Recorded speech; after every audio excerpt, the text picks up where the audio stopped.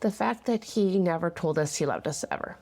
I've experienced romantic relationships where I would just be okay with settle. I would settle for a low level of love. They'll go as low as you set the bar. Yes. Yeah. Welcome to a conversation between two friends. This is Alice. And I'm David. And this is Truthfully Yours. We are by no means experts or teachers, just speaking honestly within the bounds of friendship. If you found your way here, maybe there's something in that honesty meant for you too. We invite you to lean in, and perhaps you'll recognize your own journey in ours. Why do we say yes when we mean no? Why do we settle for less love than we deserve? In this conversation, Alice and David explore the cost of overgiving, the hidden transactions in our kindness, and how to finally set boundaries, even with those closest to us. This is Truthfully Yours. Now, here are Alice and David. The fact that he never told us he loved us ever. Yeah. But how hurtful that was for me, because then I've experienced romantic relationships where I would just be okay with, not so much not hearing those words, but settle. I would settle for a low level of love. Yeah. And because with my dad, I was always trying so much to earn his love. So imagine with partners. Oh gosh, yeah. You're just overgiving of yourself to earn love. Yeah. Which those relationships were mismatched to begin with. Right. But it worked for those people. Mm-hmm. Certainly didn't work for me. You know, on the flip side, I guess I'm looking at it as like if you've had good relationships and then all of a sudden you're making new friendships and you're with someone who's kind of, you know, willing to take advantage of you as much as you let them, that can be a very interesting lesson to hard lesson to learn. Because once you allow yourself to settle, you set the bar between both parties. So if one party's taking advantage of that, the line's been drawn. Like they're like, okay, well, they'll go as low as you set the bar. Yes. Yeah. So imagine that. Yeah, exactly. That's shitty. Yes. But I think it's also, these people are teaching us something. Yes. I think it's hard when you've had maybe really good friendships in your life and people that, you know, also have they're willing to lower their bar for you. But that's what I mean. I don't care, because before I would say I did care. The performative part of me back, you know, from my childhood years to my early adult years was I wanted to be liked. So I would do whatever I needed to do to be liked. And I'd always leave those conversations or relationships exhausted. And even if I accomplished what I set out to do or, you know, made friends with the people that I wanted to like me, it never brought fulfillment.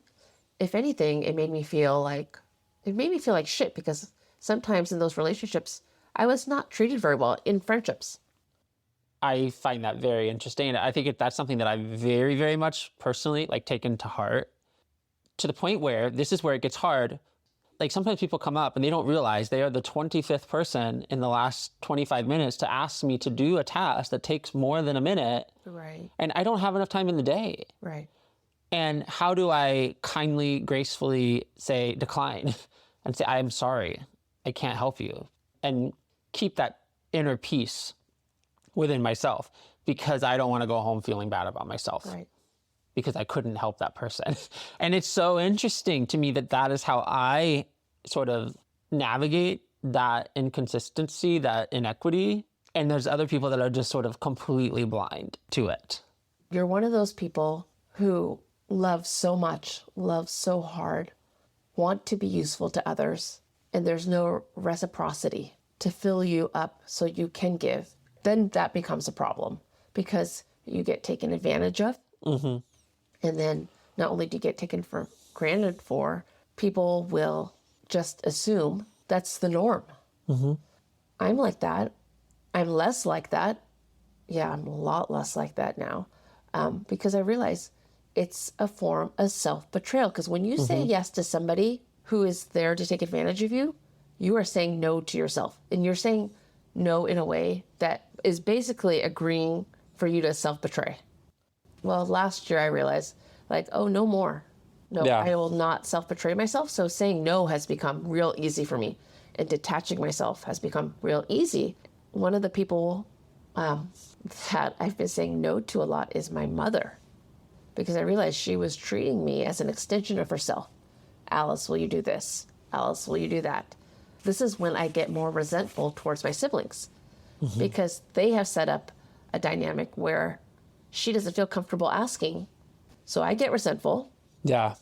And I don't want to overgive because it makes me feel like crap, because it sets up a really nice circle of codependency, which my parents taught me that I've been trying to not engage with anybody, including my own husband and my kids. And for my mom, I would have arguments with her like, no, stop asking me to do things, especially do things for your friends as if you're doing it yourself, because I'm not an extension of you. So it sounds like your mom was wearing the same mask that you were wearing. Yes. And yeah, how she loves herself is how she's learned to love you.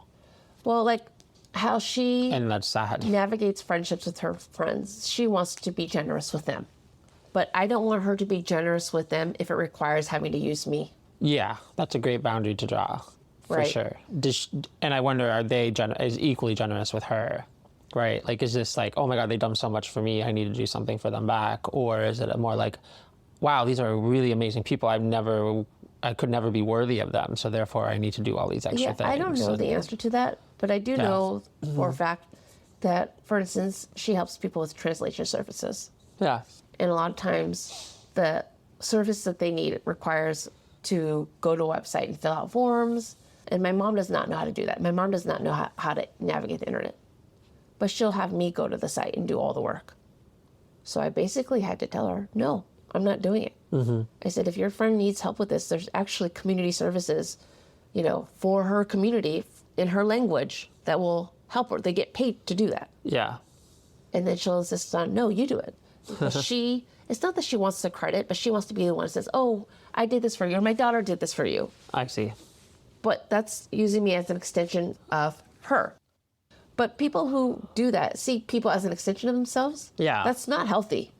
Yeah, you're speaking to something that that I very much relate with. So we haven't really discussed much about like the Enneagram Oh, yes. like system, but it's something that I kind of did a dive into and learned that I am an Enneagram type 2, which has a core base motivating factor of shame.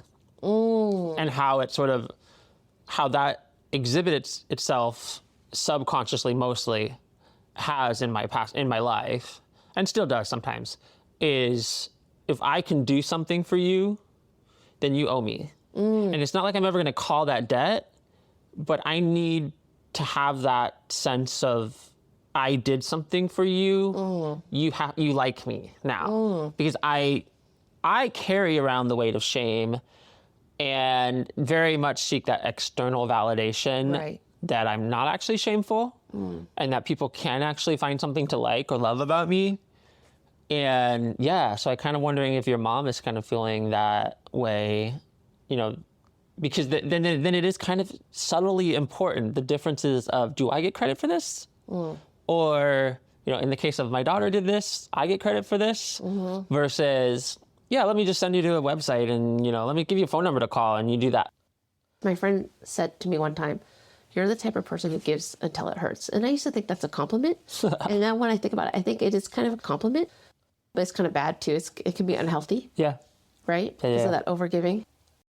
The old version of me, maybe from my childhood to my early adulthood, loving others by overgiving, which was self-sabotaging that I can see now, really fucked with me, because then it's like I didn't love myself enough to walk away. I did not love myself enough to say no. Yeah.